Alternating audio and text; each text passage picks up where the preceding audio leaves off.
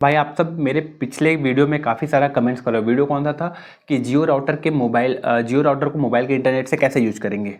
Use क्या कर रहा था मैं, ये इथरनेट वाला केबल यूज कर रहा था कि इस इथरनेट केबल को यूज करके मोबाइल के इंटरनेट से आप जियो या फिर एयरटेल के राउटर को इंटरनेट दे रहे थे और इस राउटर से फिर मल्टीपल ऑफ डिवाइसेस कनेक्ट कर रहे थे। अब इसमें कमेंट्स क्या आ रहा था कि भाई ऐसे मोबाइल का जो बैटरी है वो काफ़ी जल्दी जल्दी डाउन हो रहा है, काफ़ी जल्दी जल्दी ड्रेन हो रहा है, जो कि बैटरी खराब कर देगा। बिल्कुल सही बात है, आपका कमेंट से बिल्कुल जायज़ है कि ऐसे बैटरी आपका जल्दी जल्दी मोबाइल का खराब होगा। तो इसकी जगह पे कुछ दूसरा यूज करना था। पहले ये मैं बता देता हूँ कि इसको यूज कैसे करते थे।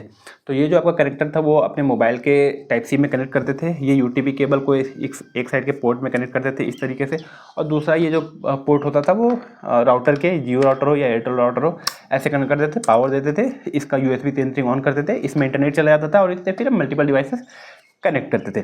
अब क्या है, ऐसे बैटरी बहुत ज़्यादा जाता है। बिल्कुल सही बात है, बैटरी बहुत ज़्यादा जा रहा था, तो इसकी जगह पे आप दूसरा कनेक्टर आपको यूज करना पड़ेगा। अब मैं आपको दूसरा कनेक्टर कौन सा है वैसे दिखा देता हूँ मैं बस इमेज के तौर पे कि ऐसे कनेक्टर्स आप यूज करो जिसमें कि आपका मोबाइल एक साथ चार्ज होते रहे, तो उस टाइप का आपको यूज करना है। तो देखिए, आप पेट्रोनिक्स वगैरह का या फिर बहुत सारे ऐसे केबल्स आते हैं, कनेक्टर्स आते हैं जो कि आप यूज करोगे तो आपके फ़ोन का बैटरी डाउन नहीं होगा। मतलब कि ऐसे आप लगाए रहोगे तो फ़ोन का बैटरी चार्ज होते रहेगा। फ़ोन का बैटरी क्या होता है कि जितनी बार आपका वो 100 से 0 जाएगा और 0 से फिर 100 आप चार्ज करोगे तो उतना ज़्यादा बैटरी आपका ख़राब होता है। तो देखिए, इस टाइप का जो आपका बैटरी, मैं स्क्रीनशॉट लगा दे रहा हूँ यहाँ पे, इस टाइप का जो कनेक्टर्स है आप वो यूज करो। तो उसमें क्या है कि आपके फ़ोन का बैटरी रेगुलर चार्ज होते रहेगा जब तक आपका ये कनेक्ट रहेगा, मतलब जब तक इसको पावर मिलते रहेगा आपके राउटर को, तो उस राउटर के पावर से ही आपका मोबाइल का बैटरी चार्ज होते रहेगा। तो आपको थोड़ा सा महंगा खरीदना पड़ेगा। मैंने जो खरीदा था ये पोर्ट हब यानी नोवो का पोर्ट हब था, जो कि लगभग 600-700 का था।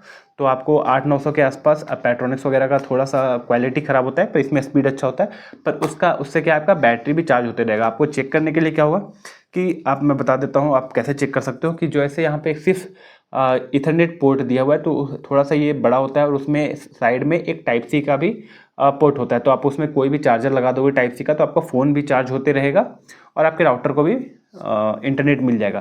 तो आप इस टाइप का कनेक्टर यूज करो तो उससे क्या है आपका कि बैटरी ड्रेनेज नहीं होगा। और भी काफ़ी सारा कमेंट्स आप लोग कर रहे हो कि भाई लॉगिन पेज पे नहीं जा पा रहे। तो भाई लॉगिन पेज का जो प्रॉब्लम है वो आप ध्यान दो। मैंने उस पुराने वीडियो में पहले ही बताया था कि अगर आप पहले इस तरीके से केबल कनेक्ट कर देते हो मोबाइल से और फिर आप वाईफाई से कनेक्ट करोगे इसको और फिर आप लॉगिन पेज पे जाने की कोशिश करोगे तो नहीं जाएगा। इसके आईपी से जो 192.168.1.1 एयरटेल का है और जियो का 29.1 उस पर नहीं जाएगा। क्यों नहीं जाएगा? क्योंकि अब ये जो राउटर है वो आपके मोबाइल के आईपी को ले चुका है। तो मोबाइल के आईपी को ले चुका है तो आप इसके डिफ़ॉल्ट आईपी पे नहीं जा सकते हो। ये इसका गेटवे चेंज हो गया है। जब तक आपका फ़ोन ये कनेक्ट नहीं था, ये डिस्कनेक्टेड है, तब तक इसका ये मतलब जो डिफ़ॉल्ट गेटवे है वो उसी पे है।